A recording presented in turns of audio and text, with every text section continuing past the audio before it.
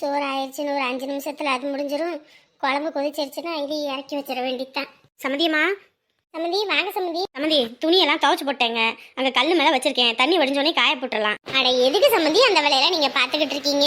உங்களுக்கே ஊருக்கு போகிறதுக்கு மணி ஆகிப்போச்சு, இதெல்லாம் எதுக்கு செஞ்சுக்கிட்டு இருக்கீங்க? நான் மதியானம் செஞ்சுக்க மாட்டேன்னா அப்புறம்.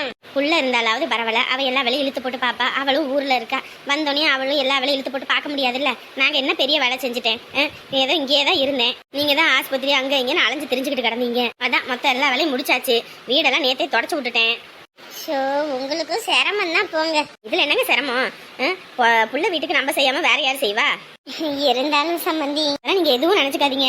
நான் பார்த்த வரைக்கும் எல்லா துணியும் துவைச்சு போட்டேன். இன்னும் வேற எதுவும் துணி இருந்தா சொல்லுங்க, அதையும் எடுத்து போடுங்க, துவைச்சு போட்டுறேன். போதும் போதும், நீங்க இங்க எல்லா வேலையும் தண்ணியில பார்த்துட்டு அங்கிட்டு போய் உடம்பு சரியில்லாம படுத்துக்கிறதுக்கா? அப்புறம் அவங்க எல்லாம் என்ன நினைப்பாங்க? இங்க வந்து உடம்பு சரியில்லாம போயிடுச்சுன்னு சொல்ல மாட்டாங்களா? இதுல என்ன சம்பந்தி இருக்குது? அதெல்லாம் யாரும் நம்ம எதுவும் சொல்றதுக்கு இல்ல.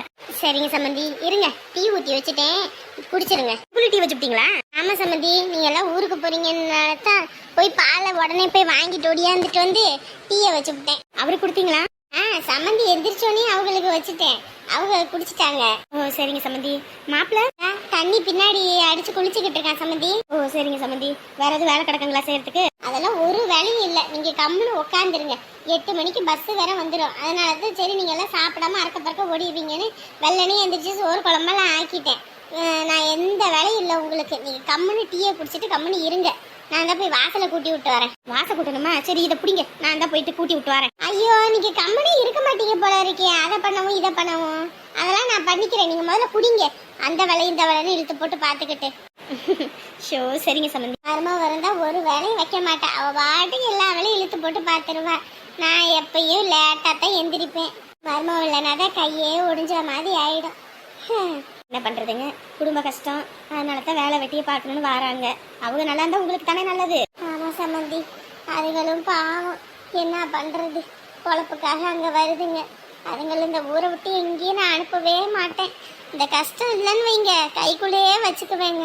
அதெல்லாம் நீங்க எதுவும் யோசிக்காதீங்க. அதுக்குன்னு இல்லைங்க, நான் சின்ன வயசுல ஏன் பழைய பிள்ளைங்களை எங்கேயும் அனுப்ப மாட்டேன், கைக்குள்ளேயே வச்சுக்குவேன். எங்கிட்டும் போனாலும் வந்தாலும் வீடு வந்துடணும் அப்படின்னு தான் இருப்பேன். இப்போ பொழப்புக்காக அம்பிட்டு தூரம் வருதுங்க, அதை நினைச்சாதான் ரொம்ப சங்கட்டமா இருக்குது.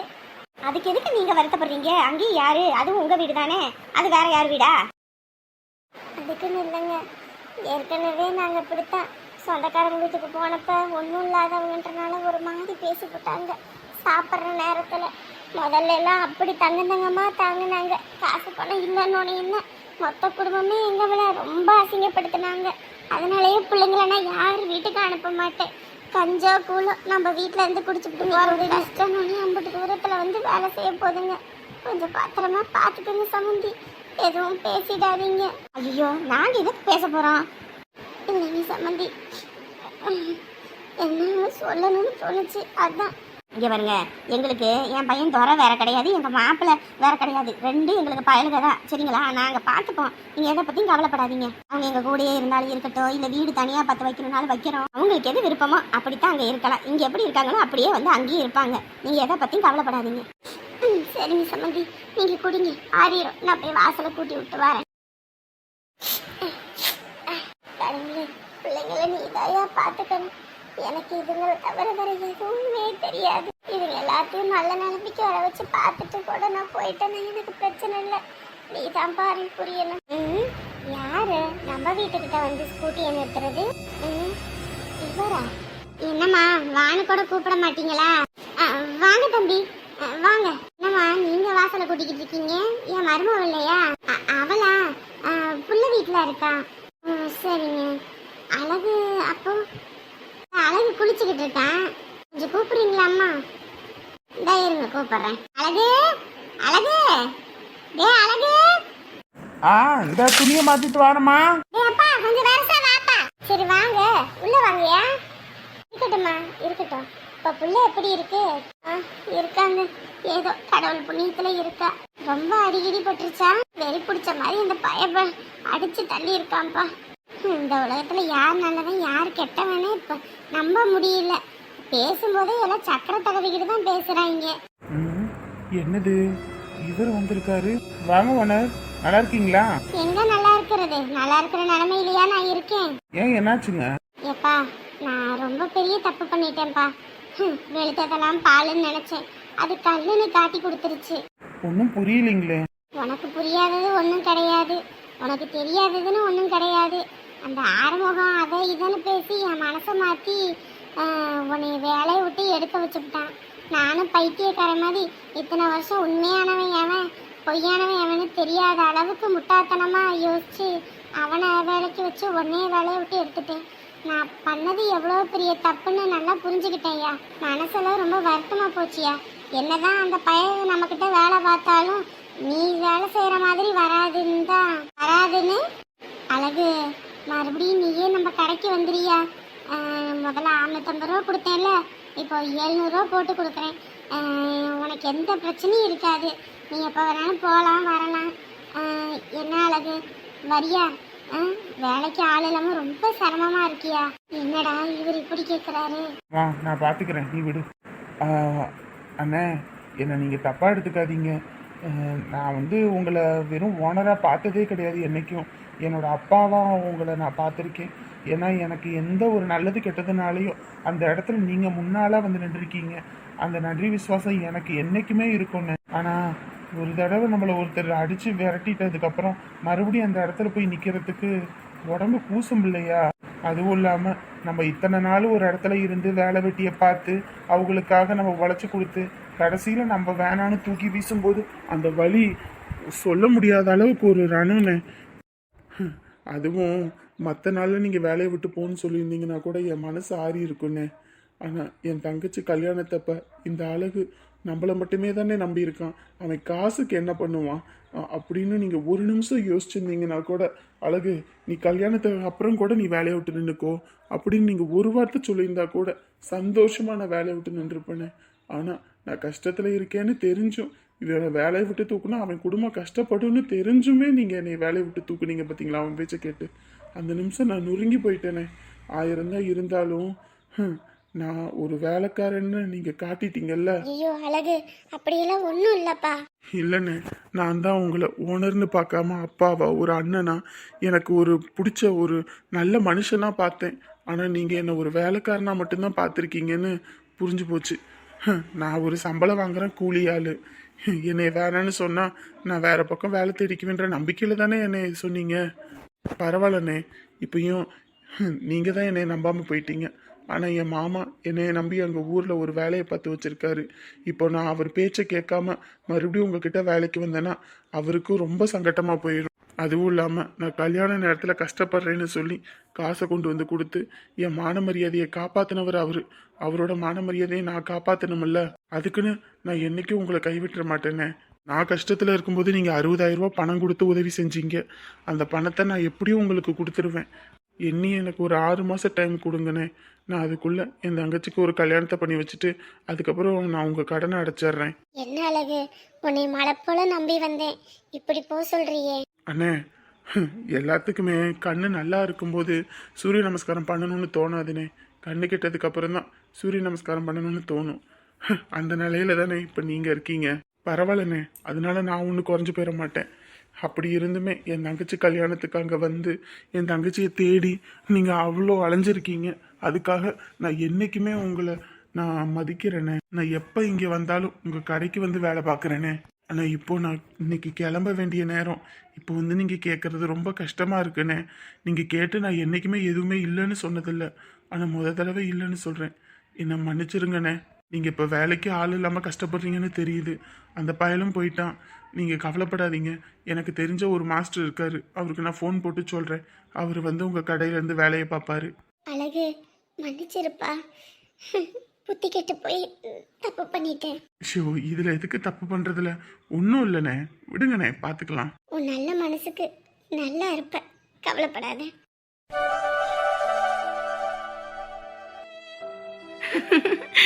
வந்துட்டீங்களா? வந்துட்டேன்டே. என்னங்க இன்னைக்கு குடிச்சிட்டு தான் வந்திருக்கீங்களா? குடிச்சிட்டா? என்னைக்குமே இந்த 6 முகம் குடிச்சிட்டு தாண்டி வருவேன், குடிச்சிட்டு தான் வருவேன். என்னங்க எப்ப பார்த்தாலும் இப்படியே குடிச்சிட்டு இருந்தா எப்படி? அப்படி தாண்டி குடிப்பேன், அப்படிதான் குடிப்பேன். அது சரி, நீ என்ன மல்லிப்பூவமா சீவி சிங்காரிச்சு யார் மயக்கிறதுக்கிட்ட இப்படி கிளம்பி நிக்கிற? ஏங்க என்ன வார்த்தை பேசிக்கிட்டு இருக்கீங்க? நான் உங்க பொண்டாட்டிங்க. ஏய், எல்லார் வீட்லயும் தான் வைப்புங்க இருக்காங்க. இப்படியாடி எல்லாரும் பழைய நைட்டியை போட்டுக்கிட்டு கொண்டைய போட்டுக்கிட்டு திரியிறாங்க. நீ முழு நேரமும் மேக்கப்பை போட்டுக்கிட்டு தலை நிறைய பூ வச்சுக்கிட்டு அப்படியே மின்னிக்கிட்டு திரியிற. புருஷங்காரன் வெளியே போயிட்டான், நல்லா மயக்கிக்கிட்டு திரியலன்னு நினைக்கிறியா நீ? கேவலமா பேசாதீங்க. நான் உங்களுக்காக தான் அலங்காரமே பண்றேன். இப்படி பேசுனா எப்படிங்க? ஏய் ஏய், எனக்காக அலங்காரம் பண்றியா? நான் வேலைக்கு போறேன், வேலைக்கு போயிட்டு வரும்போது இங்க வீட்டுல நான் இருக்கிறது இல்ல, அப்புறம் என்ன வெங்காயத்துக்கு நீ மேக்கப் போட்டுக்கிட்டு திரியிற? ஏங்க இப்படி பேசுறதுக்கு உங்களுக்கே அருவருப்பா இல்லையா? ஏய் ஏய், நீ எல்லாம் யாரு, எவ்வளவு பெரிய கேடின்னு எனக்கு தெரியாது. குடும்பத்தையே ஏமாத்திக்கிட்டு வந்தவ தானே, என்ன ஏமாத்துறதுக்கு உனக்கு எம்புட்டு நேரம் ஆகும்? கை எடுங்க முதல்ல. என் கையை தட்டி விடுற என் கையை தட்டி விடுற அளவுக்கு உனக்கு அம்பட்டு திமுற. எப்ப என்ன இப்படி வார்த்தையால கொல்லுவீங்க? இன்னைக்கு நம்மளோட கல்யாண நாள். இன்னைக்கு அதான் அலங்காரம் பண்ணி உங்களுக்காக இருந்தா இப்படி பேசுறீங்களேங்க? ஓ ஓ ஓ ஓ, கல்யாண நாளா? கல்யாண நாள் என் ஆத்தாவோட கருமாதி நாளுன்னு சொல்லுடி. என் ஆத்தாவோட கருமாதி நாளுன்னு சொல்லு. என்னைக்கு நீ இந்த வீட்டுல காலடி எடுத்து வச்சிய அன்னைக்கு என் தாய போட்டு தள்ளிட்ட அப்படின்னு சொல்லுடி. அந்த நாளுன்னு சொல்லு. கல்யாண நாளா? கல்யாண நாள். ஏங்க உங்களுக்காக தானேங்க நான் வீட்டை விட்டே வந்தேன். இப்படி நீங்களே வார்த்தையால கொண்டா எப்படி?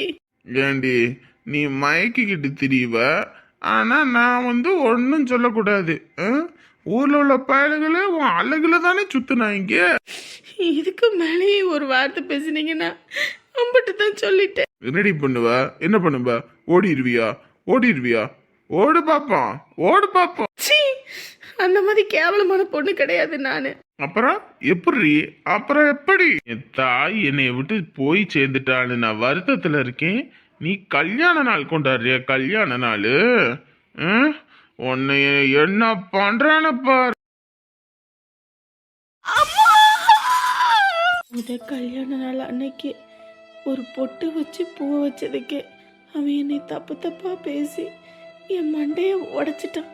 ஆனா இவர் உன் உடம்பு இந்த நேரத்துல ஒத்துழைக்காது, அதுவும் இல்லாம நீ என்னைக்கு எந்த கஷ்டமும் பற்றக்கூடாதுன்னு நினைக்கிற இவர் எங்க?